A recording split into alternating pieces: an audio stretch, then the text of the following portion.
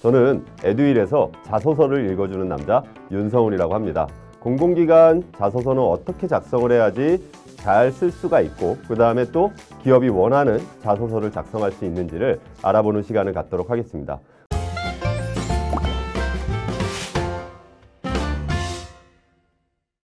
자, 두 번째는 왓청 유형의 문항이에요. 무엇을 경험했는지, 무슨 경험을 했는지를 물어보고 있어요. 그럼 여러분들이 학창시절에 있었던 특정 경험을 바탕으로 해당 직무에 필요한 사람임을 입증해 나가는 과정이 필요하겠죠. 우리가 보통 이런 자소서를 스토리텔링 자소서라고 얘기를 많이 합니다.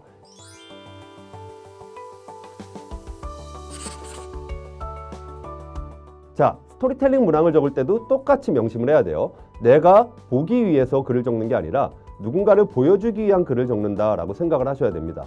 내 마음대로 그냥 주저리 쓰는 게 아니라 보는 사람의 입장에서 가독성이라는 요소를 만들어 주셔야 됩니다. 그래서 여러분들이 두 가지 스토리텔링, 그 다음에 일관성을 지켜주면서 글을 작성했을 때 훨씬 더 효과적으로 글을 쓸 수 있지 않을까라는 생각이 듭니다. 자, 두 번째로는 역시 답은 직무기술서에 존재를 합니다. 그러니까 내가 굉장히 좋은 경험이 가지고 있고 좋은 역량을 가지고 있다라고 하더라도 직무기술서와 맞는 사람이 아니다라고 하면은 기관이 관심을 가지기가 쉽지 않다라는 거죠. 특별한 경험을 자랑하겠다라는 생각보다는 직무기술서를 기반으로 해서 직무기술서에 있는 어떤 필요한 역량에 맞는 경험을 했다, 맞춰나가는 과정들이 필요하지 않나라는 생각이 듭니다. 취업이라는 것 자체가 약간은 연애처럼 생각을 하시면 좋을 것 같아요. 연애처럼 생각을 하시고 기관과 나를 맞춰나가는 과정이다 라고 취업을 생각을 하시면은 조금 더 효과적인 접근이 가능하지 않을까라는 생각이 듭니다. 마지막으로는 생각과 감정이 아닌 행동을 기술해 주셨으면 좋겠어요. 많은 학생들이 자소서를 적다 보면은 본인의 생각이나 감정을 기술하는 경우들이 굉장히 많아요. 원론적으로는 행위 중심의 글이 작성이 돼야 된다라는 것들을 여러분들이 기본 바탕으로 깔고 가셔야 됩니다. 그냥 생각에 대해서 막 나열하는 글을 적는 게 아니라 어떤 특정한 행위 중심의 글들을 작성을 해줘야 되고 그 행위 중심의 글들이 조금 더 설득력이 높아진다라고 생각을 하시면 조금 더 좋을 것 같습니다. 자, 그러면은 직무기술서 왜 필요한지를 얘기를 좀 드려야 될 것 같아요. 인과관계, 실제로 이 인과관계를 강화시켜 줄 수 있는 역할을 하죠. 그래서 내가 직무기술서 맞춤형 자소서를 적었을 때 기관에서 조금 더 필요한 인재가 될 가능성이 굉장히 높아집니다. 그래서 직무기술서를 적극적으로 활용해서 인과관계를 강화시켜 줘야 되고요. 그 다음에 능력단위나 직무수행 내용에서 경험의 힌트를 찾으시면 좋을 것 같아요. 아무래도 공공기관의 능력단위나 직무수행 내용들이 여러분들의 경험과 일치하는 것은 불가능합니다. 다만 유사한 경험은 나올 수가 있을 것 같아요. 그래서 그런 유사한 경험들을 찾아내면서 실제로 경험의 힌트를 잡으시면 됩니다. 공공기관들 제가 이렇게 쭉 봤을 때는 몇몇 공공기관을 제외하고는 되게 대단하고 특별한 경험을 요구하고 있지는 않아요. 그래서 여러분들이 능력단위나 직무수행 내용들을 보면서 조금이라도 유사할 만한 경험들을 찾으시면 됩니다. 자, 세 번째로는 능력이죠. 그러니까는 어쨌든 자소서를 쓰는 이유는 나는 당신네 회사에서 일하기 위해서 이러이러한 역량들을 가지고 있어. 지식적인 역량은 이렇고 기술적인 역량은 이렇고 태도적인 역량은 이래 라고 얘기를 해주기 위해서 쓰는 건데 스토리텔링을 해야 되는 경우에는 대인관계적으로 뭔가 대인관계적인 과정에서 가지고 있는 나의 모습, 문제해결적인 관점에서 가지고 있는 나의 모습, 조직이해적인 관점에서 가지고 있는 나의 모습, 직업윤리적인 과정에서 가지고 있는 나의 모습이 해당 기관에서 요구하고 있는 어떤 모습과 일치를 해야 됩니다. 그렇기 때문에 실제로 직무기술서의 지식, 기술, 태도 요 세 가지 관점에서 실제로 능력의 힌트를 가지시면 좋을 것 같습니다. 그래서 자, 그럼 같이 한번 글 쓰는 방법 알아보도록 하겠습니다. 먼저 이런 능력단위나 그 다음에 기본적인 어떤 직무수행 내용에서 동일한 경험을 찾는 것은 현실적으로 불가능하죠. 유사한 경험을 찾는다라고 생각을 하시면 될 것 같아요. 자, 유사한 경험을 찾았어요. 자, 버디 프로그램을 내가 참여했는데 국내 외국인 유학생을 위한 사업을 운영하고 행사를 기획하는 이야기.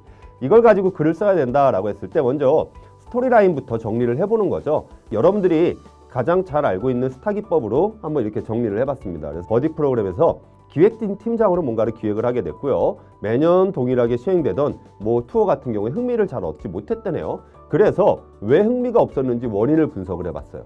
이러한 원인들이 나왔고 그 원인에 맞는 어떤 행사를 기획했다라는 형태의 이런 스토리라인들이 나오게 됐죠. 자, 여러분들이 실제로 특정 기관에서 일하면서 가져야 될 어떤 기획적인 업무를 하진 못했지만 나도 이러한 식으로 내 수준에 맞는 어떤 활동을 하면서 기획적인 역할들을 해봤다라는 걸 충분히 어필할 수 있는 스토리라인이 아닐까라는 생각이 듭니다.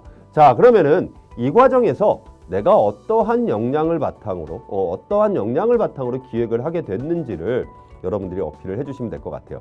그 내용들을 실제로 작성을 해서 앞단에다가 붙여주시면 되겠죠. 그래서 지금 현재 이런 스토리라인들이 나왔는데, 자, 그러면은 이런 스토리라인에 해당하는 어떤 실제로 키워드, 역량적인 부분들을 찾아내면 됩니다. 하여튼 원인을 찾아서 조금 더 새로운 대안을 제시했던 경험이에요. 이거에 맞춤형으로 나의 역량이 뭘지 어필을 해줘야 되는데, 아무래도 공공기관의 직무기술서에 그 답이 있다라는 거죠. 그래서 어쨌든 직무기술서상에서 이런 거 갖다가 어필할 역량이 어떤 것들이 있을까? 직무기술서적인 느낌의 표현, 단어적인 표현들을 가져오시면 될 것 같습니다. 저는 한번 이걸로 선택을 해보도록 하겠습니다. 분석적 사고. 자, 그래서 버디 프로그램을 통해서 나는 분석적 사고를 했고 그 다음에 원인을 찾는 과정이 있었어요.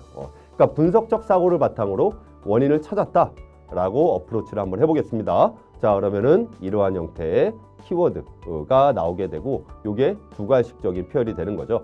제목을 집어넣고요. 참여자의 성향을 확인하는 분석적 사고로 정확히 문제에 대해서 인지하고 새로운 행사를 만든 적이 있습니다. 라고 얘기를 던져주고 그 다음에 스토리라인을 붙여주는 거죠.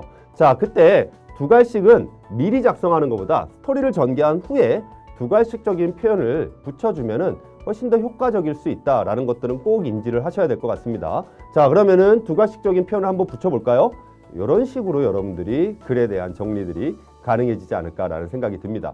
자, 그러면은 공공기관의 입장에서 이 친구가 우리 기관에 딱 일치하는 경험은 아니지만 유사한 경험 속에서 기관에서 필요로 하는 어떤 특정 역량을 가지고 있구나라는 것들을 생각할 수가 있게 되고, 여러분들이 그거에 대한 강한 어프로치를 해줌으로써 기관에서 필요로 하는 어떤 실제로 자소서, 그 다음에 기관에서 좋은 점수를 줄 수 있는 자소서를 구성할 수 있지 않나라는 생각이 듭니다. 자, 그래서 여러분들 스토리텔링 자소서 적는 거 너무 어렵게 생각하지 마시고요. 이런 관점에서 정리를 해가면서 적으면 될 것 같아요.